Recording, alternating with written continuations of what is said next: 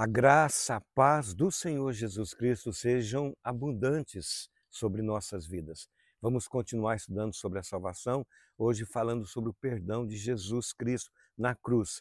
Mas antes eu quero lembrar que Jesus, ele venceu como um homem totalmente dependente de Deus. Venceu o pecado, venceu as obras da carne, venceu o mundo, cumpriu a lei, venceu o diabo em vida, venceu na cruz e venceu a morte em sua ressurreição. Mas completamente dependente do Espírito Santo, mas como homem ele venceu. Nós vamos falar sobre o perdão na cruz. Lá em Isaías tem a profecia, diz que ele foi, capítulo 53, versículo 4, ele foi transpassado, ele foi crucificado por causa dos nossos pecados, e moído por causa das nossas iniquidades. E o castigo que nos traz a paz, né? A paz com Deus, a paz conosco, a paz com o próximo, estava sobre ele. Pelas pisaduras dele, nós fomos sarados no espírito, na alma e no corpo. A obra dele de salvação foi completa. E lá em Lucas, capítulo 23, Lucas 23, 34, ele diz: Pai, perdoa-lhes porque eles não sabem o que fazem. Na cruz ele disse isso. Verdadeiramente, a humanidade, por causa do pecado, perdeu a percepção e faz coisas sem saber o porquê de fazer, né? De viver uma vida separada de Deus, independente em pecado.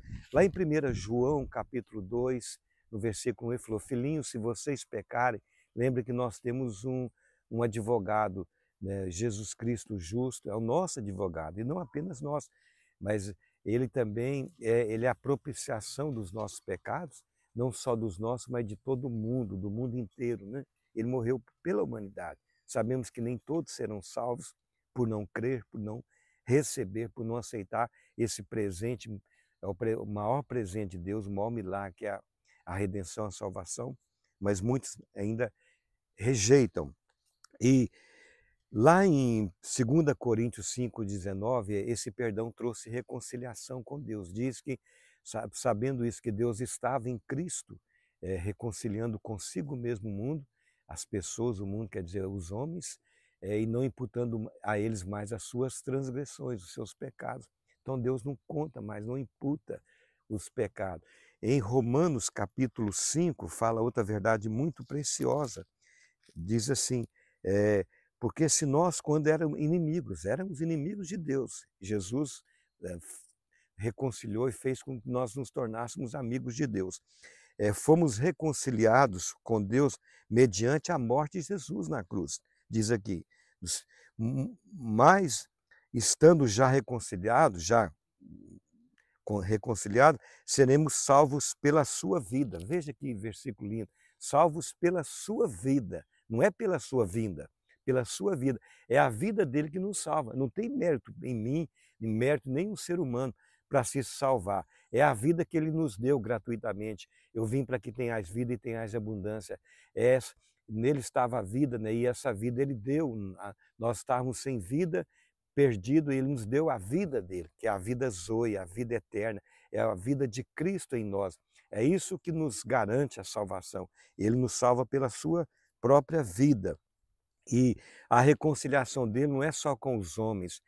Lá em Colossenses 1:20 fala que na cruz ele traz reconciliação para com Deus das coisas que estão na terra e também das que estão nos céus.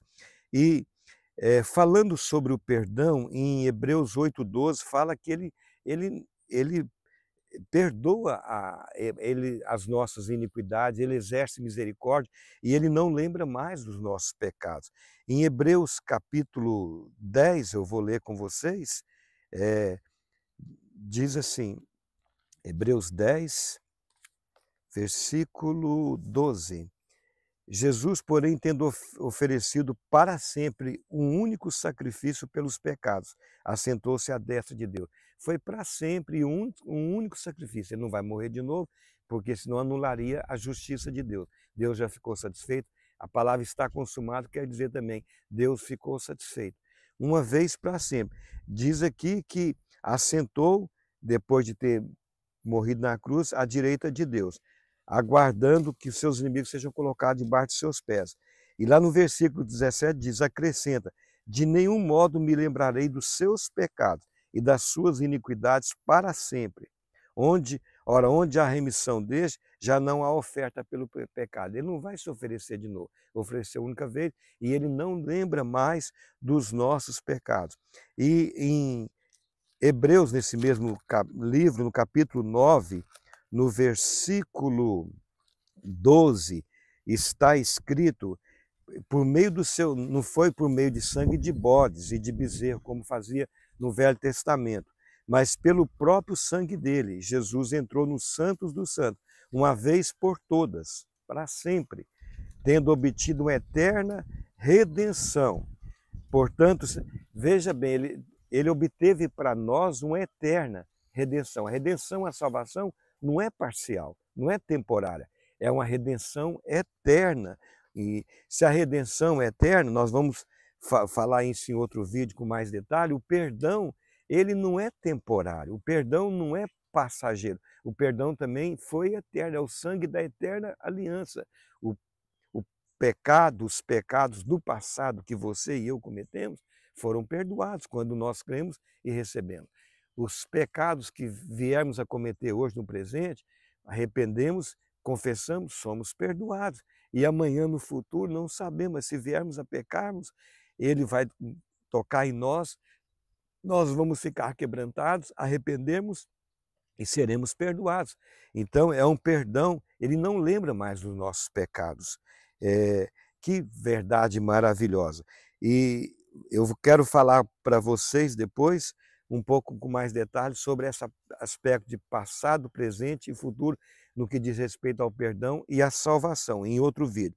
Mas eu quero lembrar para vocês agora sobre o dia da expiação. Está lá em Levítico 16, o dia de Yom Kippur, que era o dia mais importante no Velho Testamento, que era o dia do perdão nacional. Todo Israel, todos os judeus eram perdoados. E aponta também para a toda a humanidade perdoada por Jesus na cruz. É claro que nem toda a humanidade vai ser salva por não crer e não arrepender, mas a obra foi feita para todos.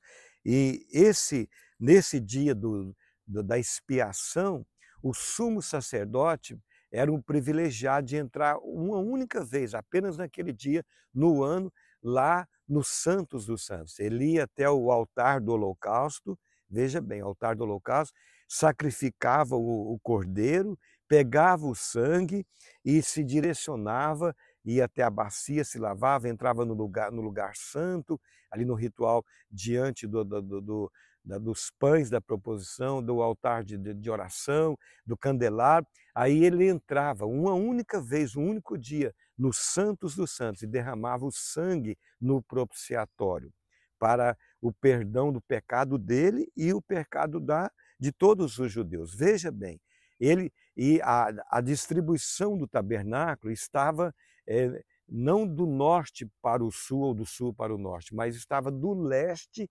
para o oeste. Quer dizer, ele ia até o leste, no altar do holocausto, e terminava a sua obra lá nos Santos dos Santos, onde estava a Arca de Deus, que simboliza Jesus Cristo ali na arca. Ele é a propiciação, ele é o maná, ele é a Arca de Deus, e ele é a vara de Arão que ressuscitou, enfim, ele é a lei que está ali dentro da Arca de Deus. Então ele ia até lá e colocava o sangue lá.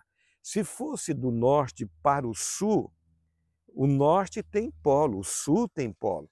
Os pecados seriam perdoados temporariamente, teria limite, mas a distribuição do tabernáculo estava o altar do holocausto no leste e os Santos dos Santos no oeste. Então o leste e o oeste não tem polos, não tem, é como se fosse infinito, não é finito como o norte e o sul, é ilimitado. E isso confirma o que está escrito lá no Salmo 103, no versículo 12. Quanto dista o Oriente do Ocidente, assim afasta ele de nós as nossas transgressões, os nossos pecados. Então, os pecados foram afastados como o Oriente está distante do Ocidente. Deus não conta mais, Deus lançou no mar, Deus não lembra mais, né? É como um filho peca contra o pai, um pai natural, um filho natural, o filho, o pai já perdoou. Se o filho vai confessar ou não, o pai já perdoou. Mas quando o filho chega e fala, pai, pequei contra ti, o pai abraça, beija, meu filho, você está perdoado. Assim Deus fez conosco, ele já nos perdoou. O perdão não foi temporário, o perdão foi um perdão eterno para nós. No próximo vídeo eu quero falar com vocês sobre um pouco mais desse perdão eterno, da salvação eterna, e começar a falar também sobre os benefícios da morte de Jesus na cruz, que propiciou à humanidade e a todos aqueles que recebem.